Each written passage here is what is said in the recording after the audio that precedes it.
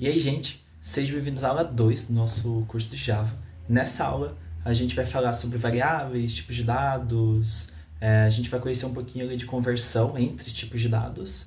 E é basicamente isso. Nosso objetivo aqui é compreender esses conceitos e praticar, entender como usar eles, para que usar eles, para que eles existem, enfim. Vamos lá. Para começo de tudo, a gente precisa entender o que são tipos primitivos, né? Tipos primitivos são tipos de dados que são a base de qualquer coisa. Então, são dados que a gente vai ter em qualquer sistema, em qualquer lugar. Então, um número inteiro é um tipo de dado primitivo, porque ele é a base. Não tem nada... Até tem, né? Tipo, tem binário, enfim, mas não tem nada antes dele. Então, a gente trabalha ali com tipos primitivos e com dados mais brutos. Funciona muito melhor do que a gente trabalhar com dados mais complexos. Lá na frente, a gente vai ver estruturas tipo listas, arrays, enfim, que são dados mais avançados. São tipos de dados que dependem de outros dados. Mas um inteiro, uma letra, um texto não depende de outro tipo, a princípio. Então, vamos lá. Então, a gente tem alguns tipos de dados aqui, que a gente tem idade, eu até vou colocar o que está sugerindo, mas a gente tem idade, altura, gênero e ativo aqui. Então, o que são essas coisas, tá? Idade é um número do tipo inteiro. Uma pessoa vai ter 1, 2, 3, 4, 5, 6 anos, enfim, 20, 30. Nunca vai ter, tipo, até vai ter 1 ano e meio, mas esse meio não é referente ao ano, é referente a meses. Então, a gente vai ser um número inteiro, igual a gente tem na matemática os números inteiros, os números reais, enfim. Aqui a gente também tem os números inteiros, os números reais. O int, que a gente está vendo aqui, ele representa os números inteiros. Então, o int representa os números inteiros. Aqui embaixo, a gente tem a altura. A altura a gente sempre vai estar falando ali 1.75, 1.60. Então, sempre vai ser um número quebrado, vai ser um número com vírgula. Então, a gente chama de double. E em alguns momentos, a gente vai ver o float.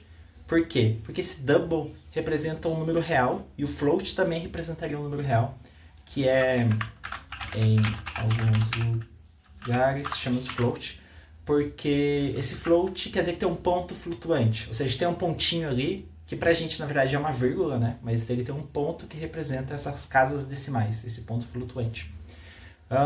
Então, quando a gente tiver o int vai ser inteiro, o double vai ser um número com vírgula. O char representa um caractere específico. Então, uma letra, um caractere, seja um hífen, seja um número, só que um número que não esteja representando um número de fato, mas sim um caractere do número. A gente vai entender isso um pouquinho mais pra frente. Mas um caractere único. Então, um arroba, uma vírgula, alguma coisa do tipo, é um char, ou seja, um caractere. Mais pra frente, a gente vai ver a string. A string seria uma cadeia de caracteres, ou seja, vários caracteres juntos que formam um texto, formam uma senha, formam alguma coisa mais completa. E esse boolean, ele representa um valor lógico. Então, no boolean, a gente vai ter verdadeiro ou falso. Então, a gente não vai ter outra coisa além de verdadeiro ou falso. É quase como se fosse o 0 e o 1 dos binários, o ligado, desligado da eletrônica, porque aqui a gente tem verdadeiro ou falso. E a gente também vai entender para que serve isso. Mas o verdadeiro ou falso, ele é a base assim, da lógica, porque é com ele que a gente verifica se uma coisa pode acontecer ou se não pode acontecer a partir do boolean. Então, esses são os 4 principais tipos primitivos. A gente tem mais em alguns lugares, enfim, mas a base é isso. Números inteiros, números com vírgula, seria o double, caracteres, seria uma letra, um caractere específico, e o boolean que seria verdadeiro ou falso. E daí aqui embaixo, a gente já viu na última aula o system, out, println, né, para mostrar alguma coisa. A gente pode rodar aqui. Eu já separei o nosso Java aqui com o release da 21 aqui, igual a gente viu na última aula. Quem não viu, só voltar. O link vai estar em algum lugar aí, é só voltar aí e ver. E aqui a gente vai rodar o aula 2. E pronto, ele trouxe aqui pra gente os textinhos formatados, né? Então, a gente tem o texto e a variável. A gente já vai entender essa estrutura, mas sempre que a gente tem umas aspas, abre e fecha aspas, tem alguma coisa aqui, ela vai ser impressa na tela. E se a gente tiver um maisinho, a gente vai trazer o conteúdo disso daqui. Então, a idade é esse valor, 25. A altura é esse valor, 1,75. E assim por diante. A gente também pode fazer algumas operações, não é o foco dessa aula, fazer operações aritméticas, mas a gente poderia fazer, colocar mais um double aqui, vou chamar de double, e vou chamar de peso, e aqui vai ser o peso da pessoa, então ele é o mesmo tipo da altura, só que ele é outra coisa, e aqui embaixo a gente pode calcular o IMC, né? O IMC da pessoa, que vai ser o peso dividido por altura ao quadrado. Então a gente vai ter peso dividido por altura vezes altura. E aqui embaixo a gente consegue imprimir o valor de uma operação aritmética. Então a gente tem aqui uma operação, uma divisão e multiplicação, enfim, uma potência, né, no caso, porque é o número vezes ele mesmo. E aqui a gente vai trazer um valor que a gente não definiu, mas é um valor que a gente definiu a partir de outros valores.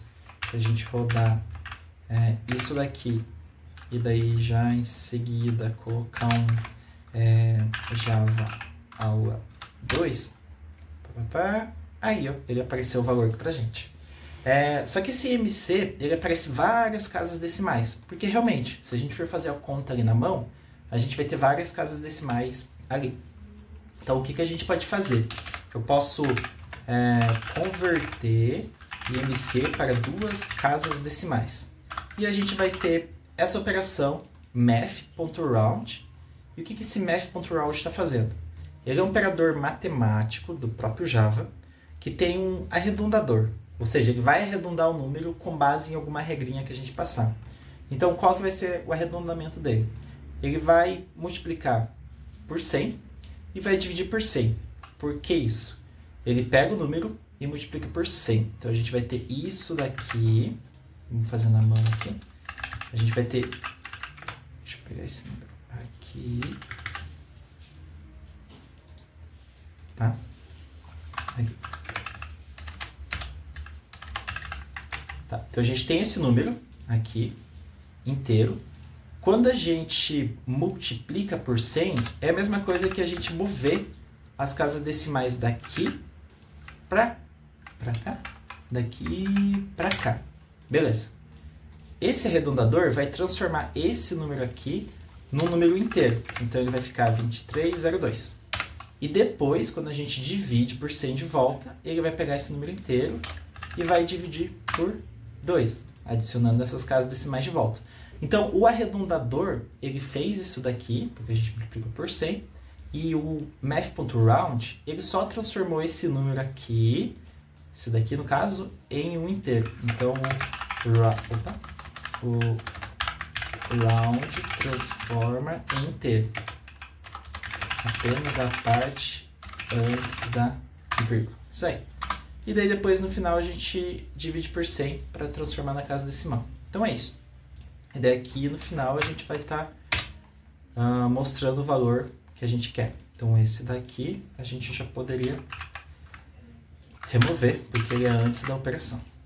Então a gente consegue fazer esse tipo de conversões entre os tipos de dados, né? Então o round é um tipo de conversão, porque a gente pega o número decimal, transforma em inteiro e depois transforma em decimal de volta.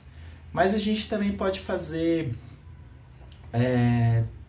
a gente pode transformar um número inteiro em um número decimal diretamente. Então, como assim?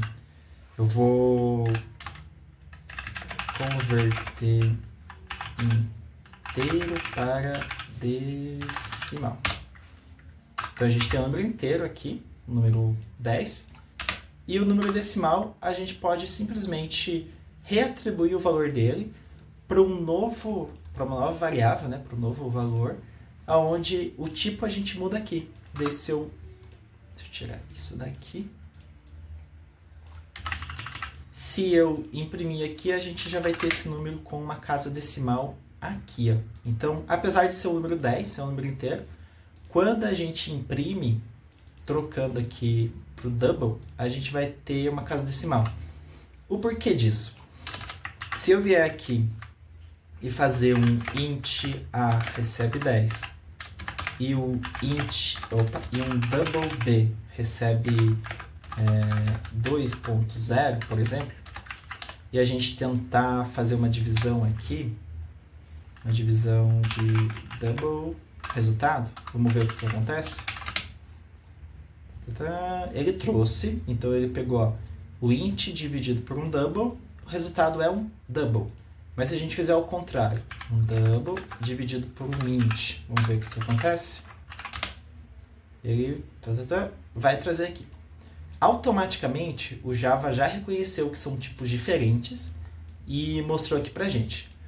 Porém, se eu fizer isso daqui, um char C e chamar esse C de, vamos colocar aqui o 9, por exemplo. Tá? 9, beleza. E eu tento... isso aqui que ele já está tentando converter pra gente. Então, eu vou colocar aqui um int, D vai receber 10. E agora, se eu tentar fazer essa multiplicação, vamos ver o que ele faz, né? Talvez ele já converta, talvez ele dê um erro. Então, ele deu aqui, ó, 9. Vamos lá, o 9 é o nosso C e o 10 é o nosso D. Então, o resultado de E deveria ser deveria ser 19. Só que ele deu 64. Por quê? Provavelmente ele considerou esse 9 de uma outra forma, um hexadecimal. Não hexadecimal, acho que não, mas em alguma outra escala, porque ele está representado como um caractere e não como um número. Para a gente corrigir isso, eu poderia fazer isso daqui. Trazer esse int C, esse D, eu poderia colocar dentro de um... Aqui. Integer parse int string valor de D. Então ele vai fazer tipo uma conversão, aonde ele vai fazer um parse, né? Parse significa converter para inteiro. Então parse é converter, mais ou menos. E o int inteiro. Então o que ele vai fazer? Ele vai converter para inteiro uma string. Uma string é o nosso char, a gente já vai entender a diferença de string para char. Mas ele vai converter de inteiro esse nosso caractere e ele vai transformar, esse caractere ele vai transformar num inteiro. E daí ele vai conseguir fazer a operação aqui melhor. Vamos rodar para ver se funciona. Deu um errinho ainda. Então a gente tem o C mais o valor de... Ao contrário, né, gente? Aqui era o D e aqui vai o C, porque é o C que a gente quer converter, né? Agora sim. Então ele pegou o valor de D, a gente sabe que é 10, ok? E o valor de C, ele extrai o valor aqui de dentro da string, certo? Nosso caractere ele é considerado como uma string. Qual é a diferença de string para caractere? Para a gente concluir, diferença de string e char. A string, a gente consegue armazenar vários caracteres. Então, eu poderia colocar aqui oi, vamos colocar aqui, sei lá, olá, recebe olá. E o caractere o recebe o. Então, se a gente fizer isso daqui, ele vai trazer o nosso olá mais o. Faltou um print, né? Print o. Isso aí. Aí. Beleza. Olá, o. Beleza. A diferença é que o olá aceita vários caracteres. Se eu tentar adicionar mais um olá aqui no nosso char, talvez ele dê erro. Vamos ver se o Java trata isso. Ele deu um erro, porque ele fala que o char, ele não consegue, ele não é esse padrão, porque o char ele não suporta mais de um caractere. Então, o char não pode ser concatenado com string. Ele necessita de espaço, ok? Isso é uma das coisas. E a outra coisa é que o char não suporta mais de um caractere. Então, se a gente quer usar mais de um caractere, fazer um textinho, alguma coisa, a gente não vai usar o char, a gente vai usar o string. Então é isso. A aula já ficou... Tá quase ficando longuinha. Esse é o básico que a gente tem aqui de tipos de dados, variáveis, enfim, conversões.